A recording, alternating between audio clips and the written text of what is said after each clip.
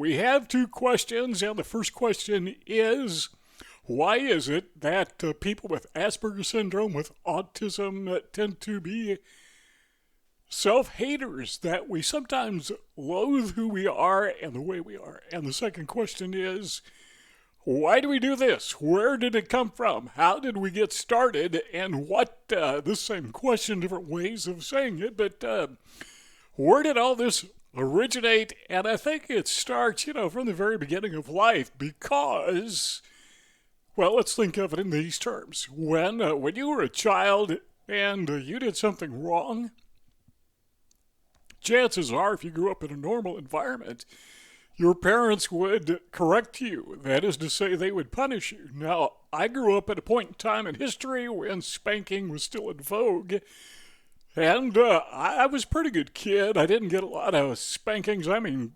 whoopings. There's a difference, by the way. But, yeah, Mom, she would give me a smack now and again if I got out of line. Dad didn't do that very much. Dad didn't give me spankings. He gave me whoopings. And I can only remember once when my dad really gave me a whooping, and that's because he told me to do the dishes, and I didn't do it. I went outside and played, and he came after me, and that's really the only whooping I can remember my dad giving me. But I learned a lesson. I learned when Dad says do the dishes, you do the dishes. That's what I learned. So the next time, I fell right in line. Now, what's that have to do with anything? Well, it's this.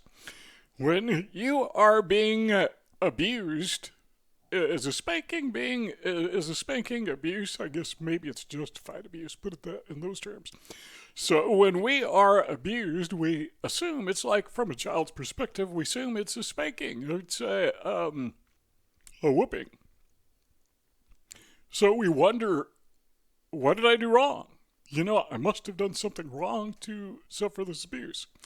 Now, when you're a little kid, 4 or 5 years old, and you're in kindergarten and you begin to socialize, maybe in kindergarten, maybe with kids in the neighborhood, maybe with cousins or whatever. I never had a problem with cousins, but some people probably did. And you're wondering, these kids are rejecting me, or maybe they're teasing me, speaking as a little child with autism, or they are bullying me. And you're wondering, well, I'm being punished, I'm getting a whooping, or spanking. What exactly did I do? I must have done something wrong. And as you think about that and you mull that over and over in your mind, you can't come up with anything that you did wrong. And so the conclusion is, at least this has been my experience, I must just be wrong. There must be something inherently wrong with me. Now, when I was 5 years old, I didn't use the word inherently, obviously, but that was the impression, that something must be wrong with me, and so you accept that. There's something wrong with me, and you learn very quickly, because you don't see the kids doing this to each other, but for some reason you're kind of singled out. Maybe there's one or two of the kids in the class.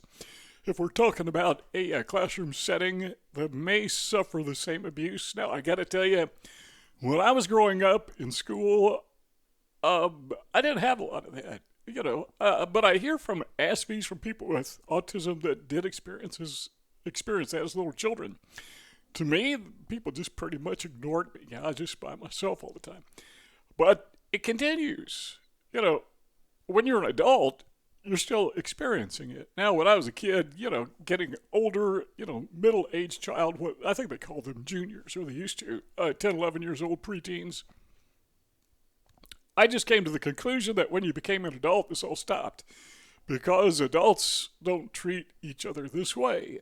Actually, yeah, they do. They're a little more subtle. They're not as obvious. They don't necessarily walk up and punch each other, but they still reject each other. And if you are autistic, and you are an adult, you know very well what I'm talking about. They're still kids. They never grow up. They still abuse you. So that thought that came to mind, that subconscious psychological impression that if we're being punished, it must be because we did something wrong, but we didn't do anything wrong. So, in fact, we did things right, usually more right than other people. So we must just be wrong. People just hate us because there's something inherently flawed about us. We just heap the hate right back on us. that's kind of odd because what we're doing is we are learning to treat ourselves the way that other people treat us. Should be just the opposite. We should say, "Hey, this is wrong. This is not just. This is incorrect." And at least we're not going to do it to ourselves. But I think it's so subconscious. And again, this has been my experience. I don't know what other people experience, but this has been my experience, and I'm nearly 70 years old, and I've experienced a lot of this over the decades. So we get this idea that there is something flawed about us that is so bad that we deserve to be punished. And again, what we do is we punish ourselves. Okay, let's go on to the next point. That is, we tend to react. We have a mental reaction. We have sometimes a physical reaction. They can be expressed in different ways, but typically, the topic of what we're talking about today is we feel like sometimes that we are a burden on other people. I mean, why else would they push us aside? Why would they ditch us? Why would they take off and leave us or just not invite us in the first place? What is it about us that if we were monkeys would be called a troop, right? Or a barrel of monkeys, however you want to say it, but I would call it a troop. So we are in a troop of monkeys, or a troop of people. Let's call it not a troop, but let's call it we could call it a flock, we could call it a herd, whatever, group of people, just call it a group. And we're finding that we don't fit. Now, this is so very obvious to most people with autism when you go to work. You know, we talk about that a lot in other videos. We go to work and it's kind of obvious, even though we're doing the job and we're well qualified for it and we have a good attitude, we show up on time and we do everything correctly, usually better than other people around us, and still we find that we can't keep employment because we're not part of the troop. We're just, they sense there's something bad about us. And again, we get the same response. That is, we say to ourselves that I am flawed. We begin thinking like the troop thinks about us. We think I have no value. We think maybe that I have no place, that I have no contribution. So I must be a flawed person. And again, we internalize that. We begin to hate ourselves. I think maybe, and again, I'm not a specialist. I'm just an experienced person. Life's laboratory is where I have learned. But what I have learned is a lot of times that manifests itself as depression. So we get in this funk, if you want to call it that. We have this dark rain cloud following us around all the time. And I got to tell you, that doesn't help matters any when it comes to how we are perceived by other people. Because they say, that guy's down in the dumps all the time. And yeah, sometimes we become hypersensitive, and people who are neurotypicals, they do not understand this. I think it's because they cannot understand it. So we have our reaction, and other people will react. This is the third point, how others respond to us. We call it a reaction sometimes because it is, but it really should be a response. What's the difference? Well, I think of a reaction is something that is just out of control. We don't control it. But response is controlled reaction. That's how I make the difference. Well, how do other people react to us? Well, typically what happens, and again, my experience is, as I just said, they don't understand because they have not been there. And they try to use their point of reference. So if they behave the way we behave, why do they behave that way? And it's because, well, maybe they think this guy is just aloof, or he's arrogant, or he just has a bad attitude, or because that's what they would do. I mean, when they react the way that we react, that's the reason. So they assume that must be, what we're doing. When I say we, I'm talking about people with autism, with Asperger's, with high-functioning autism.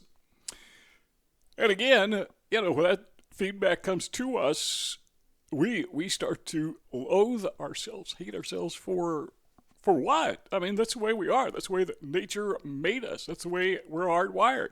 Why would we hate ourselves? Again, because we're just doing what we learned to do, following the examples of other people. Okay, now what? So they hate us, or at least reject us. Sometimes they flat out hate us, so we reject ourselves. We flat out hate ourselves. Trying to explain this to a neurotypical person is like trying to explain color to a blind person. Have you ever heard a person who is deaf try to sing? I mean, they observe people singing. They've got that point of reference. They see the facial expressions. They see their mouths open. They know they're making noise. Well, they know how to do that. They can open their mouths. They can make noise. And so they do their very best to sing right along. They figured out real quick because someone would tell them, nah, that's not quite right, But that's the way neurotypical people approach people with autism, is they think they got it down, but really they are deaf. They are blind when it comes to what we are experiencing. They just don't get it. They just don't get it. And sometimes I've heard people say something like this, well, I'm not going to let other people determine where I can and cannot go. If people don't like me, I'm going to show up anyhow. Well, they obviously don't get it, because they're talking about maybe somebody sometime at some point may say something a little bit rude or whatever, but when your entire environment is rejecting you all the time, and it's not an exception when somebody rejects you, but with a person with Asperger syndrome or autism, it's an exception when somebody accepts you. Totally inverse of what they're experiencing, but they don't have that point of reference, so they don't know. Guess what? They never will know. Now, there are some people, a tiny fraction of people with neurotypical people, so they have neurotypical disorder, let's call it that, who actually study autism, and they know kind of sort of what we're going through, at least from an academic perspective, but that's it. And the other people, the other neurotypical people, they don't get it because they can't get it, and they never will get it. They're just flat out blind and deaf. They're never going to get it. So we have to contend with that. But really, do we have to submit or subject ourselves to self-hatred? I think you know the answer to that question, and the answer to that question, in my opinion, is no, we don't have to do that. We can find ourselves, and this is where I find myself, in the middle, because there are expectations of neurotypical people, and then there is reality. So I'm somewhere in the middle. Reality is I am the way that I am, and expectations should be the way they are. So I try to accommodate them the best that I can, but I also need to accommodate myself. So instead of agreeing to reject myself the way that other people do, well, they reject me, so I'll just be like them. If we're going to be like neurotypical people, we're going to hate us.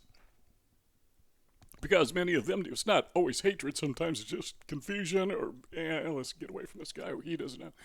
That's their attitude. And if we are going to become neurotypical people or imitate neurotypical people or mask like neurotypical people, then we're going to hate ourselves because that's what they do. But no, that's not the direction to take. I want to accept myself the way I am, but reality being reality, I want to acknowledge where they are coming from too and try to build a bridge, I know self-talk is, or not self-talk, but small talk, it's really challenging.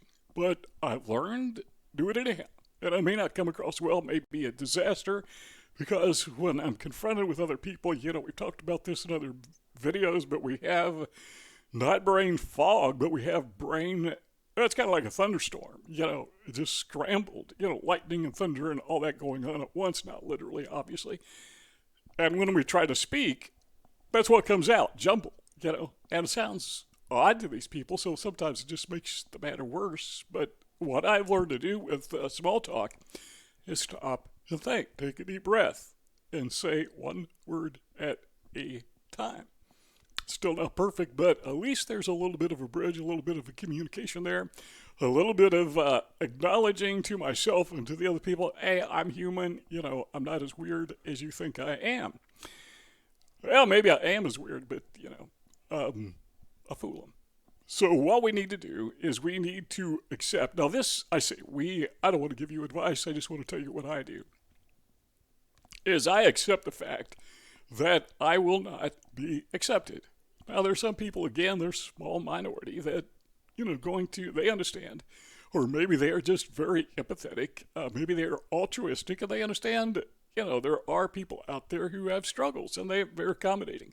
There are not very many people out there like that, but, be grateful and thankful for what they are. But I just accept the fact that I'm not going to be accepted. Never, just not going to happen. But more importantly than that is I have learned to be okay with it. Now, again, nearly 7 years old. It's taken me decades to figure this out, and I'm not sure I'm there yet.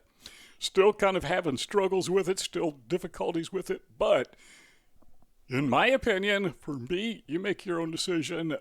I can't really give you advice. I can just tell you what I do for me. I can give you ideas and opinions, but you have to make your own decision. And if you're having trouble with that, seek out a qualified professional and, have a conversation. Go in for counseling. But what I've learned, again, repeating myself, to accept that I will not be accepted and be okay with it. And I'm going to accept myself. If you want to keep on talking, okay, let's do it. What you're going to do is click on one of those two rectangles on the screen, our conversation. It'll just keep on going as long as you want it to. But if not, thanks for stopping by. And we will see you all next time.